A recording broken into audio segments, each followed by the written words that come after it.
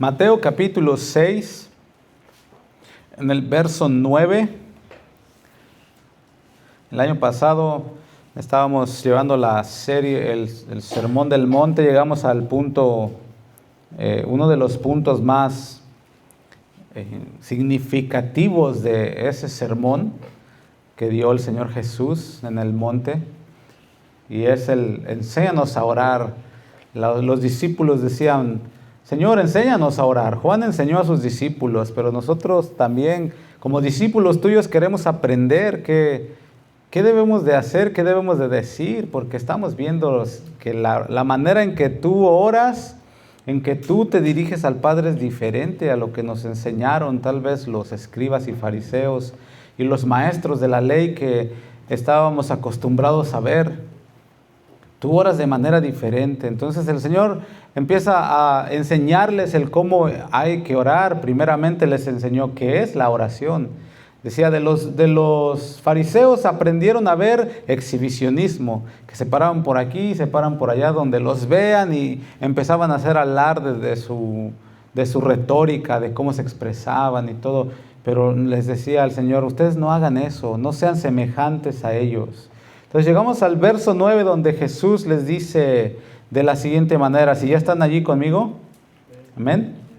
Dice el verso 9: vosotros pues oraréis así: Padre nuestro que estás en los cielos, santificado sea tu nombre, venga tu reino, hágase tu voluntad como en el cielo, así también en la tierra. El pan nuestro de cada día dánoslo hoy, y perdónanos nuestras deudas, como también nosotros perdonamos a nuestros deudores. Y no nos metas en tentación, mas líbranos del mal. Porque tuyo es el reino y el poder y la gloria por todos los siglos. Amén. Entonces les enseña a orar de esta manera. Y comúnmente decimos, bueno, pues esa es la oración del Padre Nuestro, ¿no? Cuando se cierra donde dice amén. Pero el Señor Jesús tiene una acotación más para sus discípulos. A pesar de que algunos de ellos decían: no, pues creo que sí me quedó claro lo que estamos hablando. Pero si no quedó tan claro, el Señor les da esta pequeña nota en su corazón y les dice en el verso 14 y 15: porque si perdonáis a los hombres sus ofensas, os perdonará también a vosotros vuestro Padre Celestial. Mas si no perdonáis a los hombres sus ofensas, tampoco vuestro Padre os perdonará vuestras ofensas. Antes de entrar allí, ¿qué les parece si oramos y que el Señor nos hable y nos guíe en esta tarde? Amén. En el nombre de Jesús. Amén y amén. Entonces, cuando Jesús enseña el Padre Nuestro, no está entregando una oración para memorizar como lo vimos en los temas pasados, sino un marco espiritual de vida práctica. Solamente que es este tipo de enseñanza o de doctrina que Jesús estaba enseñando, estaba oculta para algunas personas. ¿Te acuerdas que hasta los discípulos decían, se acercaban con él ya después en privado y le decían: Señor, ¿qué quiere decir eso? Estaba oculto, todavía no les era revelado, pero el pan de vida estaba con ellos. El Padre Nuestro es una oración que comienza en el cielo, porque es donde está el Señor y Dios sentado en el trono. Desciende al corazón y se manifiesta en nuestras relaciones personales. Entonces es una manera de orar vertical, como lo estábamos viendo la clase pasada o la predicación pasada. Es una clase de oración vertical donde el corazón del hombre se alinea primero con Dios. Tiene que haber ese alineamiento recto entre el hombre y Dios. Porque si está torcido, se va por todos lados y empieza a agarrar cosas que no debe de. Te pongo este ejemplo: cuando tú vas en la carretera manejando, está el pavimento derechito, ¿verdad? Bueno, en algunos lados, no en todos. Pero mientras vas en el pavimento, tus llantas no se llenan de nada, ¿verdad? Pero ¿qué pasa una vez que te sales y que empiezas a zigzaguear? Te pasas al pasto, luego te pasas al lodo, luego te pasas a la nieve, luego te pasas a las piedras, luego te pasas y cuando sales de allí y te vuelves a subir al pavimento, ¿cómo están las llantas? Llenas de tanta cosa. La relación con Dios, del hombre hacia Dios, debe de ir derecho, verticalmente hacia Dios. Por eso les dice, cuando tú ores, entra a tu lugar secreto, donde ninguna otra cosa te estorbe, ni te impida, ni te distraiga. Donde solamente tú y Dios. Porque si te distraes y te vas por un lado, y luego te vas por el otro, y luego te vas por el otro, cuando llegas a la presencia del Padre ya vas lleno de cosas. No, hay que alinearse primero derechito.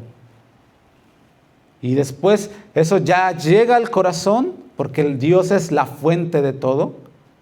Y una vez que tú te conectas directo con Dios, Él empieza a derramar sobre ti lo que necesita tu alma, tu corazón. Y una vez que tú recibes eso, eso se debe de manifestar en relaciones personales. Amar como ama el Padre, perdonar como perdona el Padre, dar como el Padre da de gracia. El Padre nuestro responde dos direcciones inseparables: lo vertical, que es hacia Dios, y lo horizontal, que es nuestra relación con los hermanos y con el prójimo, con el cual nos relacionamos todos los días. Si lo vertical no se alinea y no se pone en orden, lo horizontal hacia los hermanos y hacia las personas va a estar roto, va a estar deficiente. Y si lo horizontal está deficiente, es porque algo no está bien conectado hacia lo vertical. Entonces hay que revisar. En esta lección o en esta predicación vamos a poder aprender cómo debo de orar y cómo debo de reflejar lo que estoy orando. Entonces, en la parte 1 de la oración que nos redirige al Padre, que fue la parte 1 que di, voy a dar un contexto general para que nos acordemos, porque ya tiene bastantes semanas. Se nos cruzaron todas las fiestas y todo el fin de año y pues le dimos una pausa muy grande a esto. Pero voy a dar una semblanza general de lo que estuvimos hablando. Jesús introduce la oración en contraste con los fariseos, quienes oraban para ser vistos. ¿Recuerdas? Ahí en Mateo 6:5. La oración se había convertido en un acto público, pero vacío. Jesús redefine la oración como un encuentro íntimo y no como un espectáculo religioso. Y les empiezan a enseñar a los discípulos, debemos retomar lo que se perdió, porque ahora solamente lo hacen como algo de exhibicionismo, pero debe de ser algo privado, algo personal, algo íntimo de ustedes como individuos hacia el Padre. La oración entonces no comienza en la boca, sino en el corazón. De boca podemos decir muchas cosas, así como los fariseos, los escribas y los saduceos y todos los que ya sabes, decían muchas cosas. Pero Jesús les reclama y después les dice, este pueblo de labios me honra, ¿cierto? ¿Por qué? Porque de labios decían que honraban al Señor, que hacían esto, que obedecían los mandamientos, pero querían matar a Jesús. Entonces no tenía nada que ver. La oración del Padre Nuestro nace de una relación y Jesús enseña algo que revolucionó el tiempo de ese lugar o en el tiempo de ese lugar. Él enseñó a llamar a Dios Padre. Hoy en día las cosas se han distorsionado y pues llaman a Dios de diferentes maneras, pero Jesús lo enseña a llamarlo como Padre porque está diciendo, ustedes como hijos de Dios deben de aprender a relacionarse personalmente y fraternalmente, amorosamente con el Padre, así como cuando tenemos nuestro papá, ¿no? Terrenal. Y cuando estamos chiquitos, pues nos consienten, ¿no? Bueno, nosotros ahorita ya en Estados Unidos estamos acostumbrados a consentir a los niños, pero a veces en nuestro contexto cultural de donde venimos, pues no era así. Pero ahora entendemos el principio, los niños necesitan amor, los niños necesitan cuidado como hijos. ¿Cuántos de ustedes se preocupan por los hijos del vecino? Que si ya comieron, que si ya tienen zapatos, que si les hace falta algo, ¿verdad que no? Cada uno se hace responsable de sus propios hijos. Cuanto más el padre cuida a sus hijos. Entonces, no debemos de acercarnos con miedo, como lo que enseñábamos la predicación pasada. Dios no es un juez distante que, no, es que si me acerco me va a juzgar. Y está lejos mejor, entre más lejos mejor. No, Dios no es un amo severo o un señor severo que sus mandamientos son gravosos. ¿O algunos de ustedes sus mandamientos les son gravosos? No, ¿verdad? Tampoco Dios es una deidad impersonal que no se interesa por lo que estás pasando. Cuando tú pasas por problemas, el Padre está cercano, se interesa en lo que pasas. Además, Jesús nos enseña a llamarlo Padre nuestro. Y nos recuerda esto, que somos hijos, miembros de una familia. Miembros de una familia. Y eso cambia todo. Oramos en familia, oramos responsables los unos de los otros. Lo que le pase a mi hermano me afecta a mí, lo que me pase a mí le afecta a mi hermano. Somos un cuerpo, una familia. ¿Te acuerdas del hijo pródigo? Ahí en Lucas 15, la parábola del hijo pródigo, él vuelve esperando ser tratado como jornalero, porque estaba en un momento donde había caído tan bajo, pero tan bajo, que dice, miró a lo lejos y vio que los cerdos comían y se le antojó. Y dijo, volveré a la casa de mi padre, porque allá tiene muchos jornaleros y tienen abundancia de pan. Entonces llegó a la casa del padre esperando que el padre lo tratara como un jornalero, pero lo recibió como hijo. ¿Te das cuenta cómo, a pesar de sus pecados y sus errores grandes, cuando llegó arrepentido, Dios lo recibió como hijo?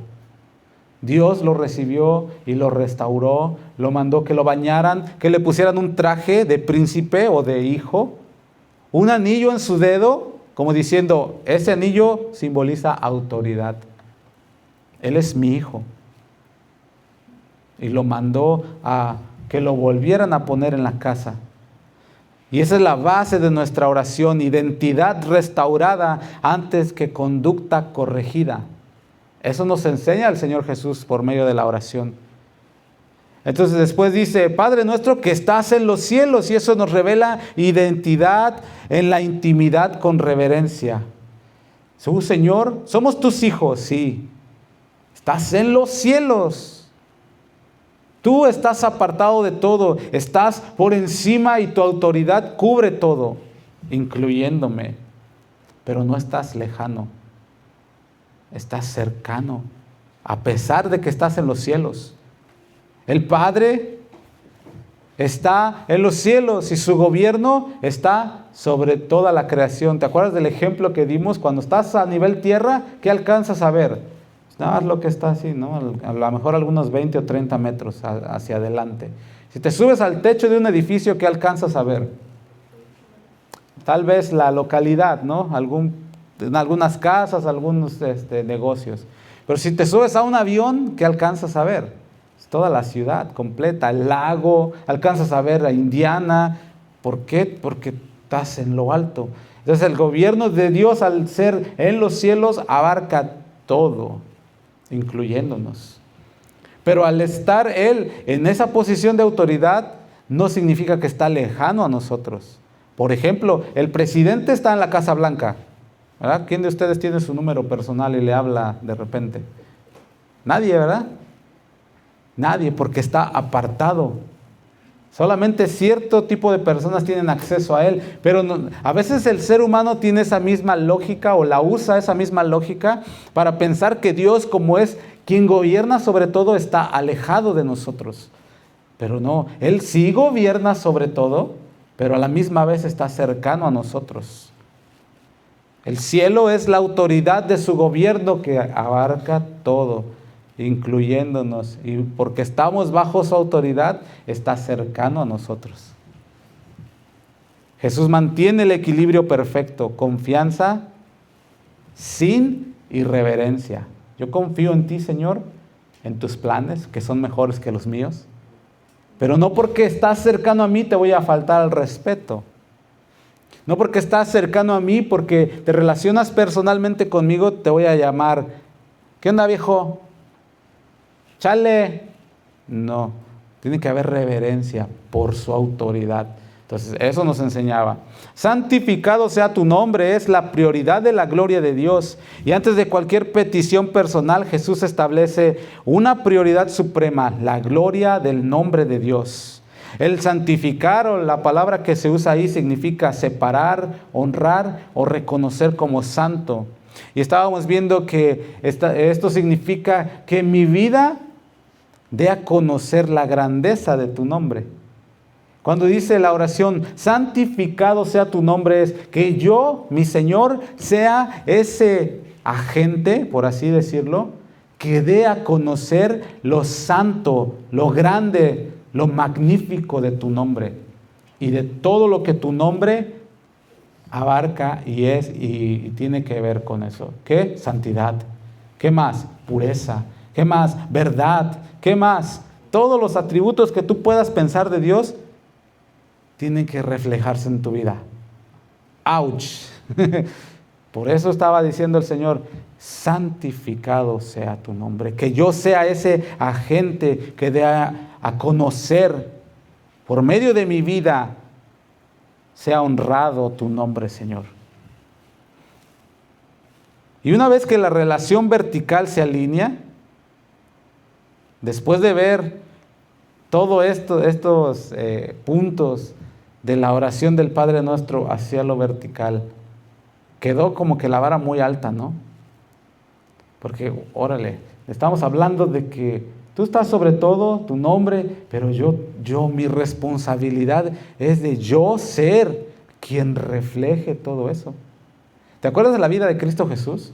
Es que algunas personas dicen, no podemos compararnos a la vida de Cristo Jesús porque Cristo Jesús era Dios encarnado.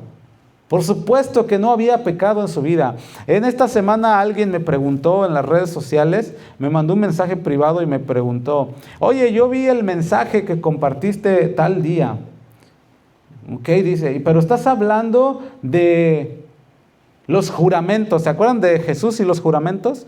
De que tu sí sea un sí y tu no sea un no. Entonces me empezó a decir, ¿sabes que yo le he fallado a Dios tantas veces? Yo he dicho cosas delante de Dios que después no hago. Y me siento tan mal porque cada vez que yo le hago una promesa a Dios, casi inmediatamente la rompo. Me siento muy mal. Dice, pero estaba escuchando tu mensaje y me surgió una pregunta y me la hizo así hasta respetuosamente. Me dijo, me gustaría que me explicaras, si yo me arrepiento de todas esas fallas que yo he tenido,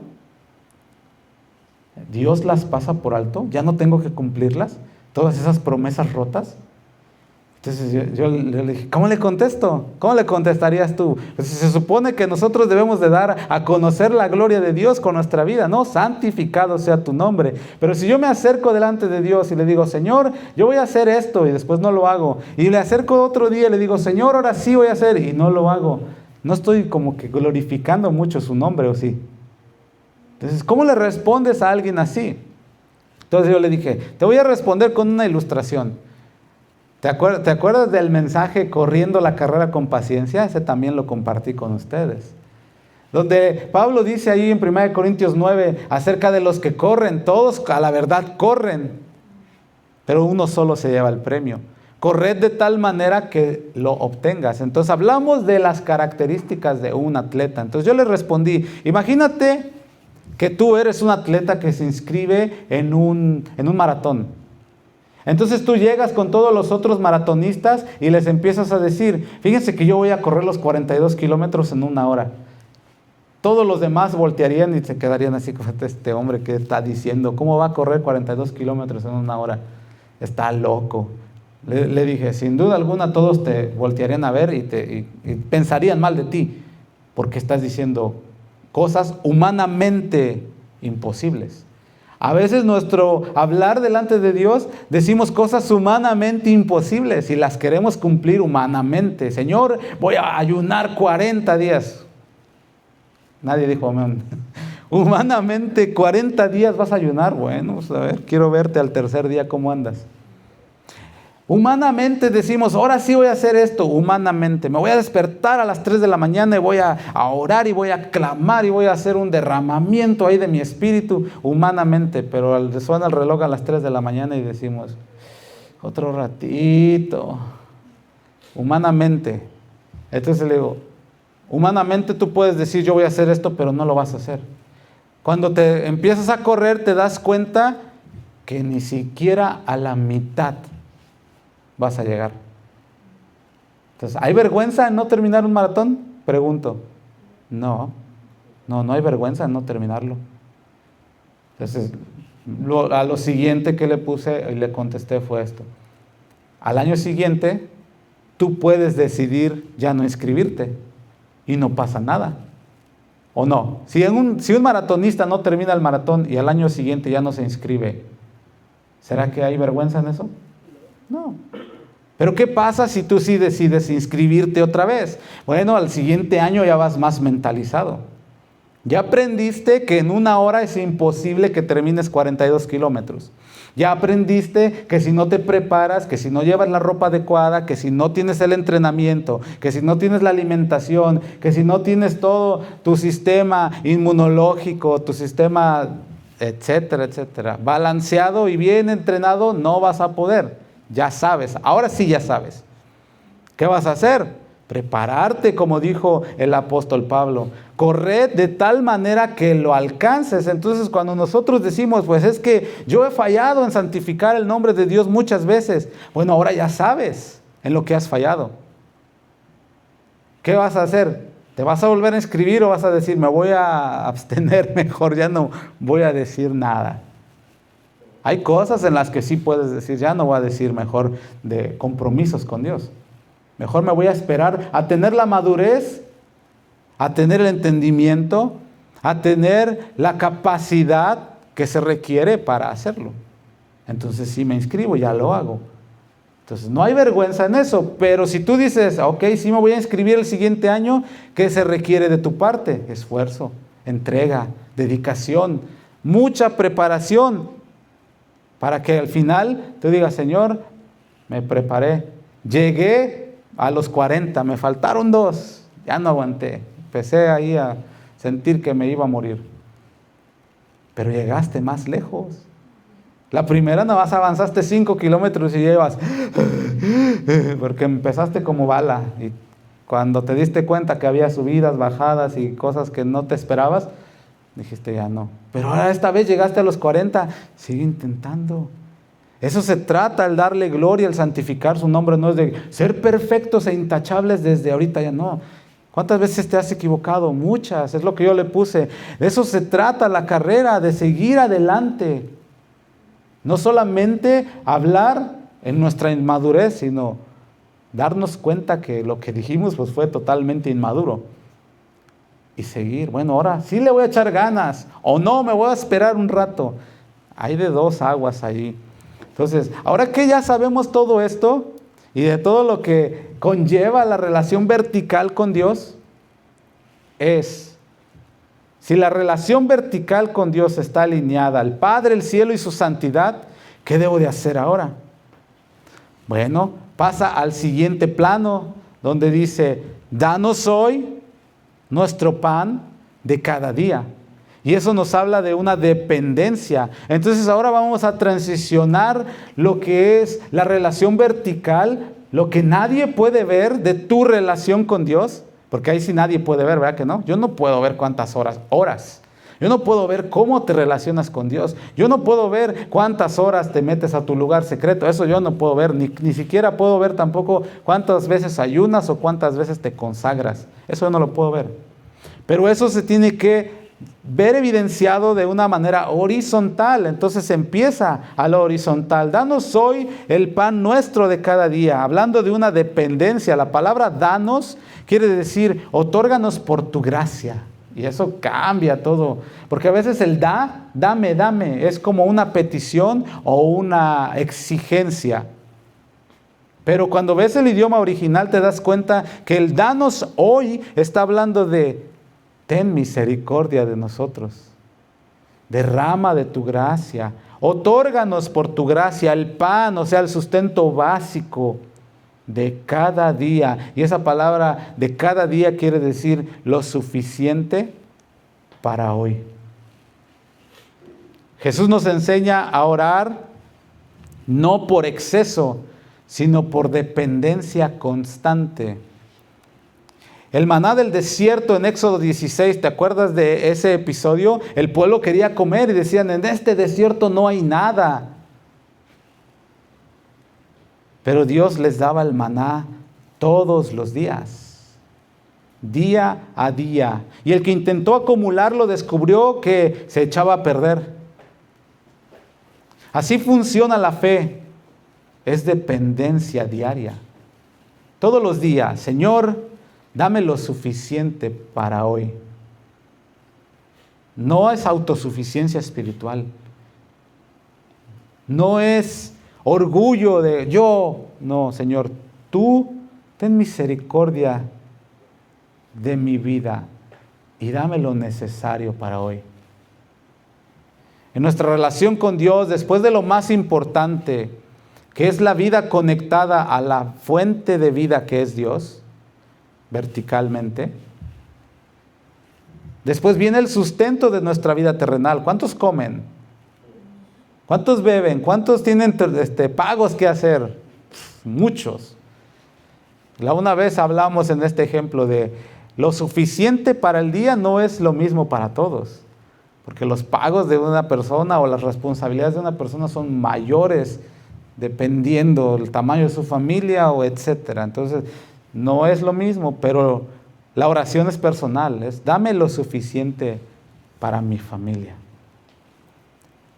Entonces, el trabajo, en lo natural, la comida, todo lo necesario para vivir. Y aquí nos podríamos hacer algunas preguntas. ¿Cuál es el lugar donde más nos relacionamos con personas en nuestro diario vivir? El trabajo. ¿Y dónde es donde estamos más expuestos a pecar? Por el constante roce y trato con otras personas de diferentes caracteres, diferente nacionalidad, diferentes contextos culturales, económicos, sociales, familiares, etc. Ahí es donde estamos más expuestos. Pero ahora una pregunta muy medular: ¿cómo ves tú tu trabajo? Tu manera, tu modo de obtener el sustento, ¿cómo lo ves? ¿Como una provisión diaria de Dios o como un infierno que tienes que soportar para poder vivir? Acuérdate, lo que está enseñando el Señor es: el pan nuestro de cada día, dánoslo hoy. Ten misericordia el día de hoy, Señor, de mí y de mi familia, y danos lo suficiente. Pero ¿cómo ves tú ese trabajo? Donde estás obteniendo lo necesario. Ahí en Éxodo 16, en el verso 2, hablando del pan que descendió del cielo, dice en el verso 2: y toda la congregación de los hijos de Israel murmuró contra Moisés y Aarón en el desierto, y les decían: ojalá hubiéramos muerto por mano de Jehová en la tierra de Egipto, cuando nos sentábamos a las ollas de carne. Mentira. Yo no sé de dónde sacaron la idea de que ellos comían carne. No tenían carne, no tenían acceso a carne. De vez en cuando les daban, pero no era de que ahí nos sentábamos y olíamos las carnitas y nos llegaban. No es cierto. Yo creo que el calor del desierto como que les empezó a afectar, ¿no? Esta es la queja que tenían ellos. Se quejan antes de salir a recoger el maná. Porque esta queja vino antes de la provisión del maná. Porque no confiaban en la provisión diaria de Dios. La queja no es por no tener comida, sino porque dudaban que Dios pudiera alimentarlos. Por eso se quejaron ellos. Dudaban del carácter de Dios y preferían en sus palabras, donde decían: ojalá hubiéramos muerto allá. En sus palabras está implícitamente esto. Preferían la esclavitud con seguridad que la libertad con dependencia. Y a veces la gente dice: es que yo, mejor, así como dijimos del maratonista, mejor no digas. Confía, sigue caminando. A lo mejor te equivocaste hoy, pero mejor. Porque a veces con nuestras declaraciones estamos diciendo: no puedes tú, Dios. No puedes. Lo que me estás dando no es suficiente. No puedes. El maná exigía salir todos los días.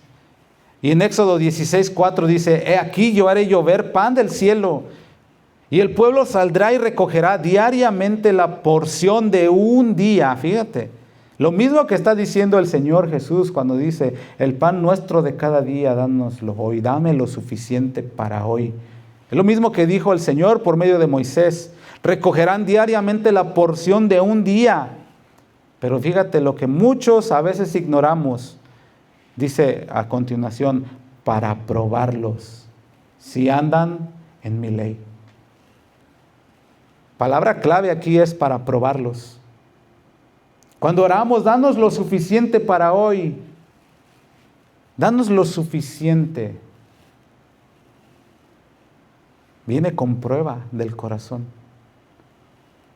El maná no solo alimenta el cuerpo, también examina el corazón. El trabajo, el fruto de tu trabajo no solamente suple las necesidades de tu hogar y de tu familia, también prueba el corazón. ¿Dónde está tu corazón? Y eso lo está diciendo el Señor desde Éxodo. ¿Había necesidad de alimento? Sí, aquí el punto y el problema no es de que tengo que trabajar o cuánto tengo que trabajar, sino de cuánto es ya suficiente y cuánto no es. ¿Dónde está el corazón? Aunque el texto no dice explícitamente se quejaron por tener que salir todos los días, sí muestra que algunos no obedecieron. En el verso 20 de Éxodo 16 dice, mas ellos no obedecieron. Y algunos dejaron del maná para otro día, y crió gusanos y se hedió. Era una instrucción clara de Dios por medio de Moisés al pueblo. Van a salir a ver algo que nunca en su vida han visto. Pan cayendo del cielo. O sea, no le cayeron las hojaldras ni las roscas, Ustedes entienden lo que es el maná, ¿verdad? O sea, también exigía preparación, también exigía trabajo. Salían a juntar las hojuelas o lo que caía del cielo y ya de ahí tenían que prepararlo. Entonces, era otro tipo de labor lo que tenían que hacer después. Pero dice aquí que algunos no obedecieron. Dijeron, no, ¿cómo que nomás para un día? Si puedo trabajarlo de 2 hoy, puedo sacar la bandeja y juntar maná para 4 días. Mira, tengo una bandejota aquí grandota llena de maná. Pero ¿qué pasaba con ese maná? Criaba gusanos y se podría. ¿Te acuerdas de la parábola de aquel rico insensato que dijo, muchos bienes he acumulado para mi vida y le diré a mi alma, come, bebe, regocíjate? O sea, el problema no era que tenía, el problema es que no le bastó lo que tenía, quería más. Y edificaré mis graneros más altos y haré esto, y entonces sí le diré a mi alma, haz fama y échate a dormir. Como dice aquel proverbio del mundo, ¿verdad? No. El no obedecer revela la incomodidad con la dependencia diaria. Ciertamente incomoda. Es incómodo. Pero es Dios quien nos tiene que convencer. No yo. No, mi trabajo nomás es anunciarles. Y de aquí en adelante, pues cada quien sabe lo que va a hacer, ¿sí o no? Pero nos dejaron ejemplo ellos para hacernos las siguientes preguntas. ¿Lo que ganas es suficiente? A lo mejor sí, a lo mejor no, yo no sé. Cada quien responda en su corazón. Pero la siguiente pregunta es, ¿lo que sea que ganas, lo ves como bendición? Hasta ahí. La queja reaparece cuando el maná deja de satisfacer al pueblo. Cuando lo que Dios provee deja de ser suficiente para ti. En Números 11:4 mismo, es un texto paralelo a lo que estaba sucediendo en el desierto. Moisés escribe, y la gente extranjera que se mezcló con ellos tuvo un vivo deseo, y los hijos de Israel también volvieron a llorar y dijeron, ¿quién nos diera a comer carne? Aquí viene un punto bien importante una de las razones en las por qué el pueblo de Dios el día de hoy piensa que no es suficiente. porque hay gente extranjera que mezcla sus ideas con lo que es santo. Ahorita acabo de decir una cosa que es real. El problema no es el trabajo. El problema no es cuánto ganas. El problema no es si te es suficiente o no. El problema es si dejas que otros contaminen tu idea. ¿Qué es más importante? La semana pasada hablé de un punto, ¿no? ¿Qué es más importante? ¿El trabajo o la familia? ¿Qué es más importante? ¿El trabajo y el cansancio o la fe y la comunión con Dios? A veces yo comentaba de una persona que me dijo, si tú estás en Estados Unidos y eres pobre, eres un miserable. Cada quien sus prioridades, yo le decía. Cada quien. A lo mejor tú tienes la prioridad de trabajo y pues adelante. Pero pues yo tengo familia, al igual que tú. Tengo hijos, tengo una hija, la cual me necesita. Estaba chiquitita. A veces las ideas corrompen. Y en los mismos proverbios dice, las malas conversaciones echan a perder las buenas costumbres. Cuando que empiezas a escuchar a alguien que te dice, no, pues no seas tonto. Échale más y más, ahorita está lleno, ahorita la bandeja para que le eches y le eches. Pero ya llevo como 18 horas trabajando. El cuerpo también necesita el balance, ¿sí o no? Descanso. Físico y mental. Esas son dos áreas que descuidamos muy normalmente, comúnmente, porque no es normal, es común. Pero espiritualmente también. Dentro de un trabajo te topas con gente de otras nacionalidades que tienen ciertas prácticas, que tienen y irradian como cierta cosa que, ¿sí o no? Contaminan tu espíritu. Hablan y dicen cosas que de repente ya vas tú en tu carro y vas repitiendo en la mente lo que dicen ellos. Te contaminan en el espíritu. Tu espíritu, tu mente y tu cuerpo necesitan un time out. Time out. Debe de haber eso en el pueblo de Dios. Aquí ya no era solo murmuración, era hartazgo espiritual, porque ellos se dejaron contaminar por lo que los extranjeros egipcios que iban en el pueblo que salió de Egipto, ellos sí comían carne, ellos sí tenían acceso a ciertos lujitos, por así decirlo. Pero los esclavos no. ¿De dónde sacaron ellos esa idea? De ahí. ¿De dónde salió la idea de que si estás en Estados Unidos y eres pobre, eres un miserable? ¿De extranjeros que vinieron de otro país? ¿A qué? ¿Qué dijo aquel profeta antiguo de la radio? ¿A qué venimos a este país? Mira, si te lo sabes. A triunfar, ¿sí o no? Y yo por muchos años donde yo trabajé, escuché eso y todos los días había gente que lo repetía. ¿A qué venimos a este país? A triunfar. ¿Y a qué horas entraste? A las 3 de la mañana. Eran las 7 de la noche y estábamos ahí metidos todavía. ¿Te acuerdas, Lili? 6 de la mañana que entrábamos o que ponchaban algunos, pero había otros que ya estaban ahí. 10 de la noche todavía estábamos ahí metidos. Un montón de overtime. Un montón en ese tiempo $7.50 la hora, pues, salía el chequecito como de $700 y ya sentías como que, ay, ahora sí, fin de semana ahí te voy. Tiene un balance todo. Cuando llega el hartazgo espiritual, ataca el corazón, ataca la fe y empieza a ser insuficiente la fe. Y empieza a ser insuficiente la provisión de Dios.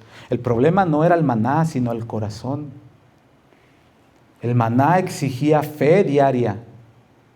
Si tu trabajo, lo que sea que tú hagas, lo que sea que tú ganes, tú dices, es una bendición de Dios lo que yo gano. Ve por él diariamente. Diario. Egipto ofrecía una rutina sin fe. Le daban cebollas y ajos y papas y a lo mejor algún día pescado. Pero ¿cuál era su rutina? De mañana a noche, esclavos haciendo adobes, haciendo esto, haciendo el otro, picando piedra, levantando los monumentos de Egipto para que el Ramsés y los dioses de Egipto tuvieran sus templos. Eran esclavos. Pregunto, ¿te gustaría volver a ser esclavo del diablo? Cuando nos tenía presos en sus deseos, que hacíamos lo que él decía y lo que él dictaba. ¿O prefieres la dependencia diaria en la fe? Señor, yo no sé qué me espera el día de hoy, pero decía Pedro, pero en tu nombre echaré la red. Esa es fe.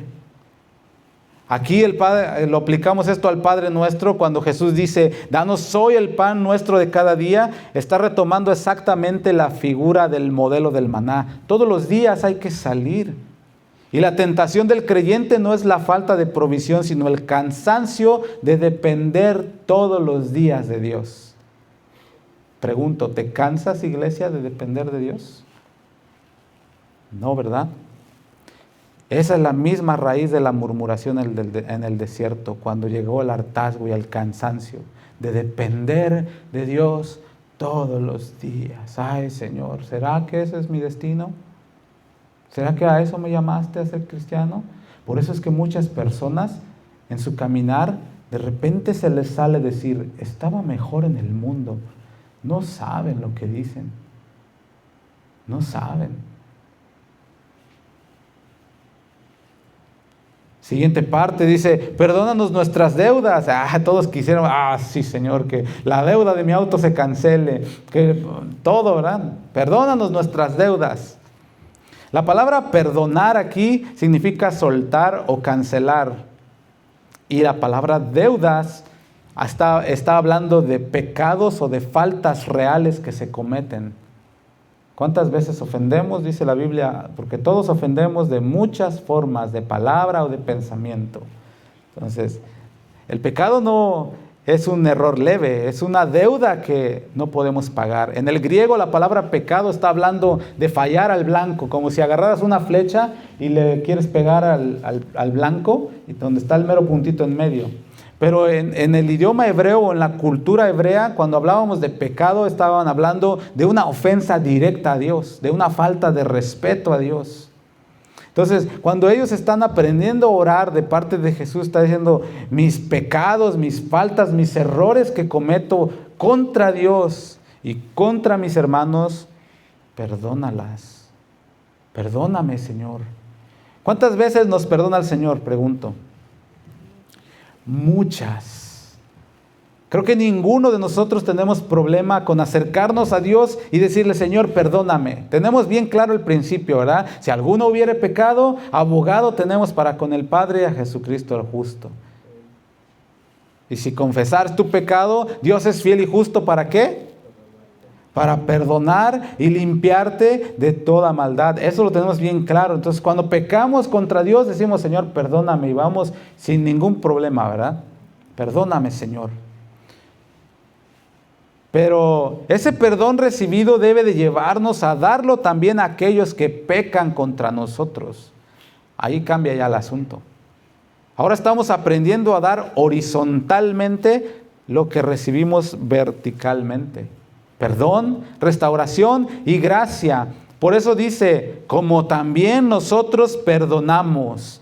Y eso es la evidencia del perdón recibido. Aquí Jesús introduce una condición del corazón que revela muchas cosas. El perdón que recibiste de Dios debe fluir hacia otros.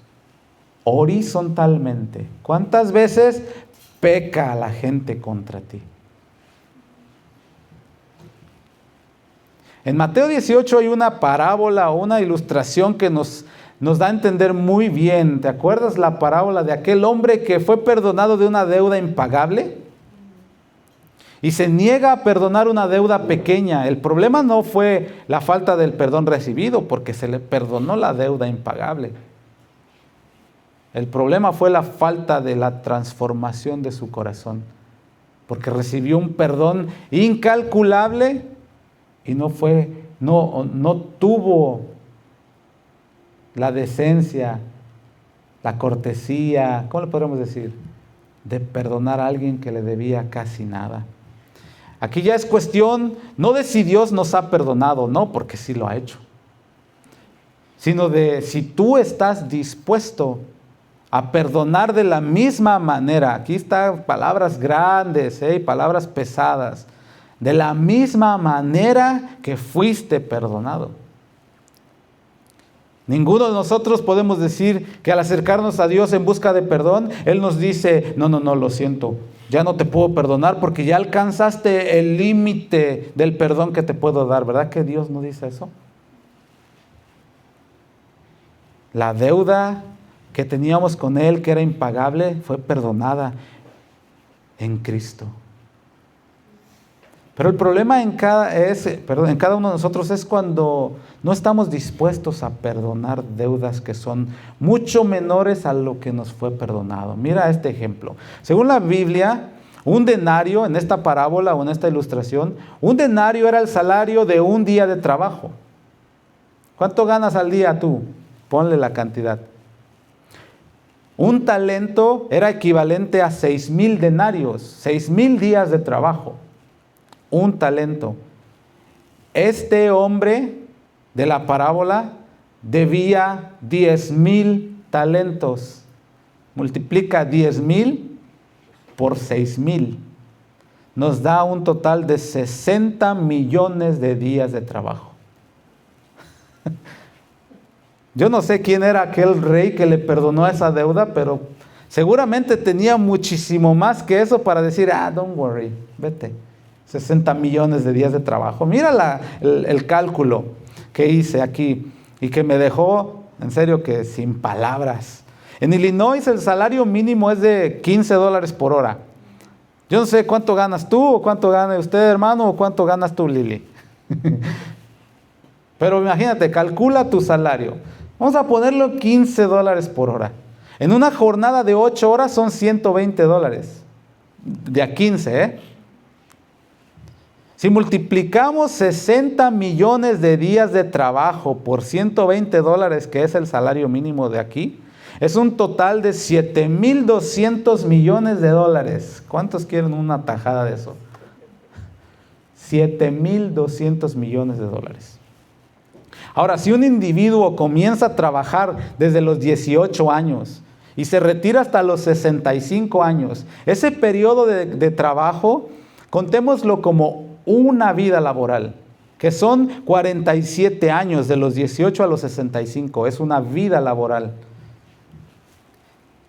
Si multiplicamos los 47 años por 365 días, nos da la cantidad de 17,155 días de trabajo. Ahora, si la deuda es de 60 millones de días de trabajo, nos tomaría 3,497 vidas laborales el poder pagar esa deuda. Es impagable. No te compliques la vida. Es imposible que alguien pueda pagar eso. Ahora, todos estos cálculos es solo para que podamos entender lo que nos fue perdonado. Era impagable. No teníamos ni cómo.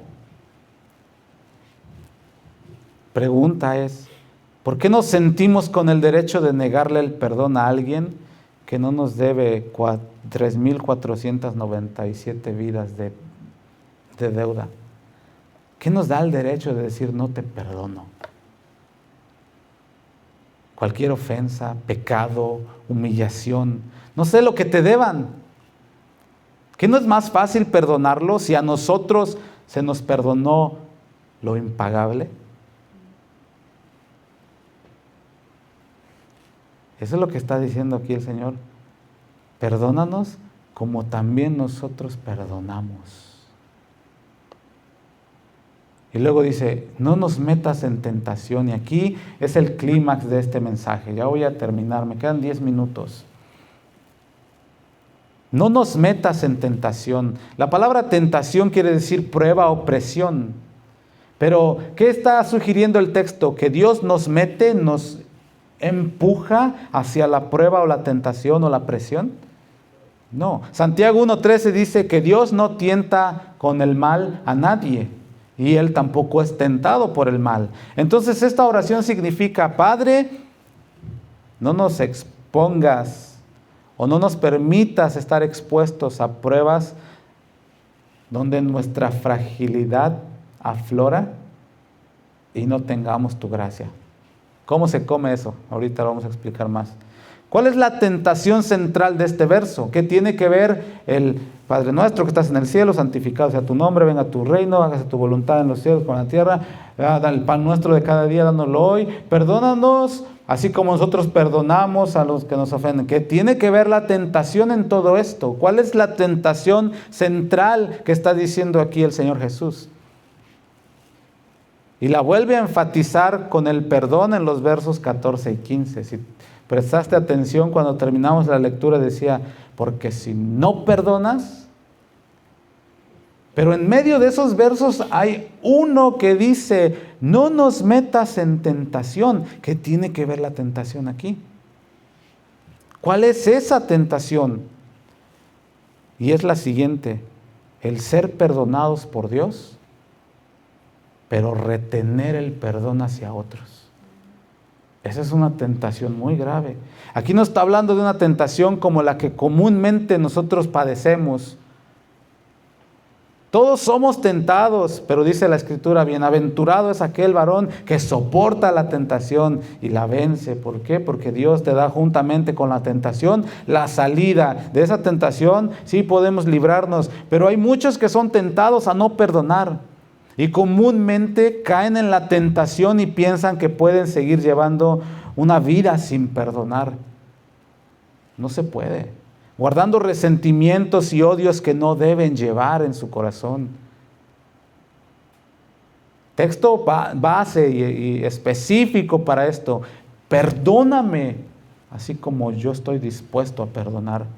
Y no, Señor, no me permitas caer en la tentación de que tú me perdonas, pero yo no perdono a mi ofensor. Tú me das perdón vertical y yo no estoy dispuesto a perdonar al horizontal. Aquel que te saca el dedo, aquel que habla mal de ti, aquel que inventa chismes y calumnias de ti, debes perdonarlo. No llenes el corazón de odio, amargura, resentimientos, porque eso estorba. En Efesios 4 nos habla acerca también de la ira. La ira no resuelta le da lugar al diablo. Dice el apóstol Pablo: no des lugar al diablo. No le permitas. Una vez que tú dices: Señor, gracias por el perdón, pero yo no perdono a ese, porque no le estás dando un lugar grandotote en tu corazón al diablo para que entre y te diga: mira, hazle así. No lo perdones, porque mira, nadie entiende lo que te hizo, solamente tú.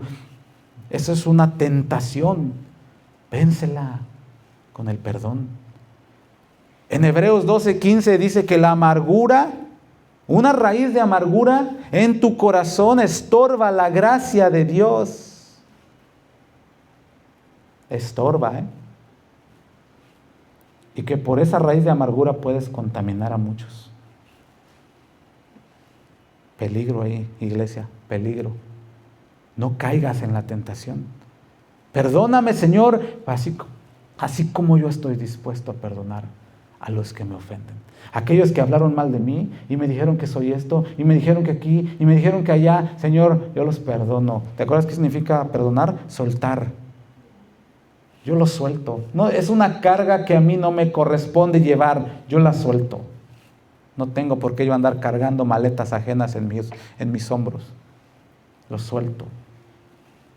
Santiago dice: la tentación, en Santiago 1:14 y 15 dice que la tentación es por tu propia concupiscencia, por tu propio mal deseo. Si la amargura ya anidó el corazón, empieza a externarse. ¿Te acuerdas del mensaje pasado? Que se empieza a externar. Empiezas a derramar y a destilar odio, veneno, palabras que hieren, palabras que lo atacan. Ya no solo mencionas el problema, mencionas y te vas en contra de su integridad. Pero es que es no sé qué, pero es que y empiezas a atacar su persona, ya no el problema, sino su persona. Y esa raíz estorba y nace del corazón. El perdón no es debilidad, hermanos, es una protección que Dios nos da. Protege tu corazón. ¿Te acuerdas? De toda cosa guardada, guarda tu corazón. Perdona. No lo llenes de cosas. Yo me acuerdo cuando trabajaba de pintura, a veces nos tocaba ir a edificios que estaban bien viejísimos. Eran de 1850. Y entrabas a los basements, olía a humedad, estaba lleno de cajas, lleno de basura, lleno de escaleras, lleno de telarañas por todos lados. Olía feo. Haz de cuenta que eso es un corazón lleno de cosas que no necesita. Horrible. ¿Tú entrarías a dormir a un basement así? No. ¿Por qué? Es inhabitable. En un corazón lleno de amargura y de resentimientos, la presencia de Dios no puede habitar. Es inhabitable. Pero cuando tú das perdón, así como lo recibiste, el corazón es limpiado. Señor, todo esto que no me sirve, fuera, lo suelto. Y termina, mas líbranos del mal. No me permitas caer en esto, mas líbrame, Señor. Rescátame con tu poder. Enséñame a dar ese perdón que tú me diste a mí en Cristo Jesús, darlo a otros. Y el mal, esa palabra mal que se usa aquí, quiere decir, rescátanos del poder del maligno. Porque es Satanás quien inflama esas cosas y hace que hiedan en tu corazón cuando tú le das lugar. Líbranos de ese mal, Señor. Líbranos del poder de ese Satanás que lo único que quiere es alejarnos de ti. Bien podríamos leer esta parte como: líbranos o rescátanos de caer en la insinuación maligna y satánica de no perdonar a quien peca contra mí. Porque cuando alguien peca contra ti, te guste o no, estés en la mejor relación con Dios o en la más o menos o en la peor, el diablo siempre va a llegar a decirte: no lo perdones. ¿Ya viste lo que te hizo? ¿Ya viste lo que dijo? Y eso que no has escuchado, la de recursos humanos. Y eso que no has escuchado, es Satanás inflamando el corazón con esas cosas. Pero si lo pudiéramos leer así, es: Señor, no nos permitas caer en la insinuación maligna y satánica de no perdonar a alguien que peca contra mí. Porque si tú ya me has perdonado en Cristo, el no perdonar a mi ofensor sería darle lugar a los deseos malignos y sucios del diablo, que lo único que quieren lograr es romper mi relación vertical con el Padre. Eso es lo único que quiere lograr el Satanás. Y termino. Si quieren ponerse de pie conmigo, por favor. Porque termina el Padre Nuestro diciendo al Señor Jesús: mas líbranos del mal, porque tuyo es el reino, el poder y la gloria por todos los siglos. Tú eres Dios.